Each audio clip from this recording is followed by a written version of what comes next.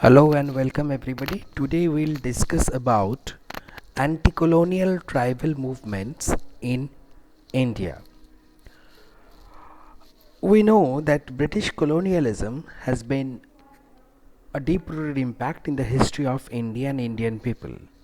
And this effect of colonial policies or the colonial legacy has surpassed all the sections of the society or has crossed as actually was beyond any boundaries. Okay, so all the members of the society, from all the stratum of the society, each and every individual are affected by the colonial policies of the excessive greed of the British or the European imperial masters.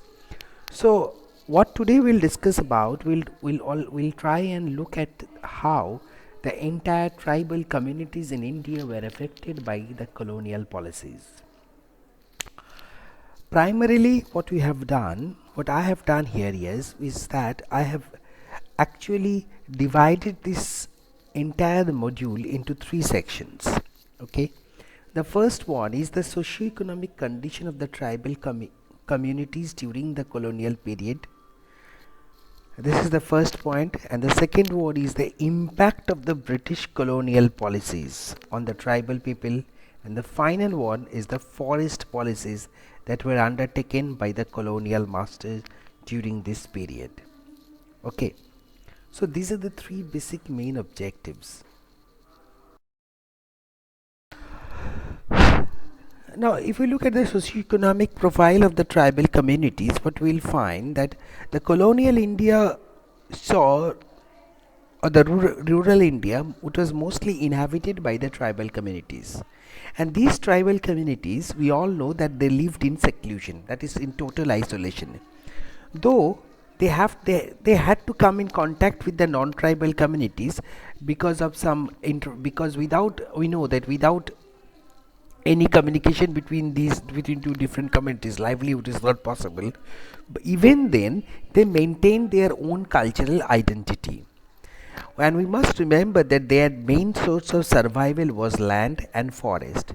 But the moment the British colonial masters they arrived, their life started to change. Their source of sustenance, that is the land and the soil and the forest, which was their source of sustenance, that source was taken away from them. I'll come into that thing in detail. We can say that probably these masters or these colonial masters had the customary rights to use these minor forest products like the leaves, the honey, the medical herbs, etc.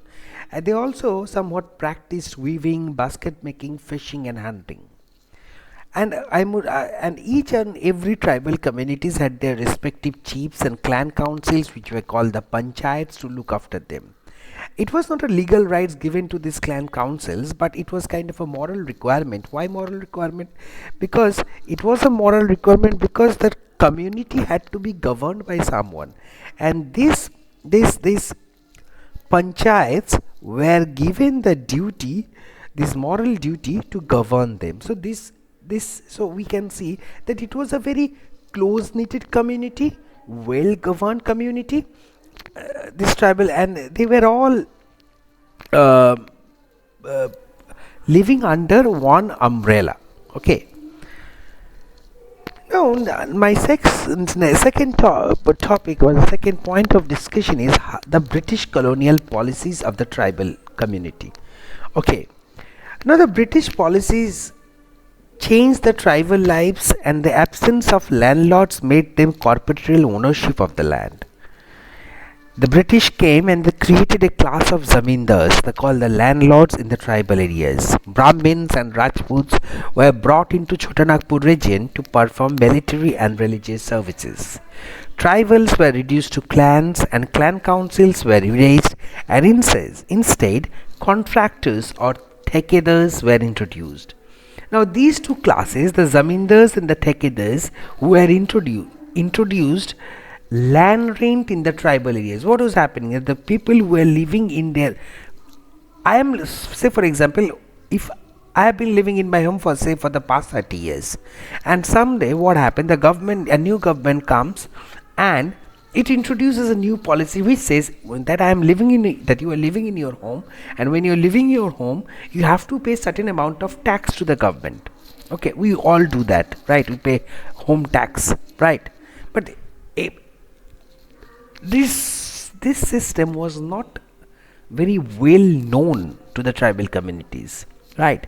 And the government came and they said you have to pay certain amount of tax, so they were levied taxes. So a class of traders came into existence, and the traders had to pay rent. All these officials were government officials but were not natives of the tribal areas, but they were brought by the Britishers, and they were outsiders, and they were openly disliked by the tribal people.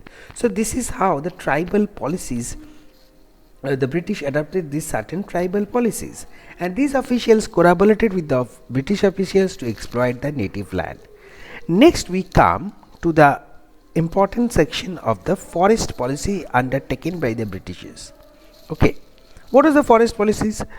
The customary rights of the tribal communities over their land was curtailed by the Britishers, and their access to the forest was also negated. Communication system like roadways, railways and telegraph posts actually ruined the natural economy of the forest. The Dukus or the outsiders benefited from the forest policies. Tribals were given compensation by the British, but it never came to their hands. Famine in the later half of the 19th century worsened their conditions. Prices of daily commodities went on increasing, and their condition became unbearable.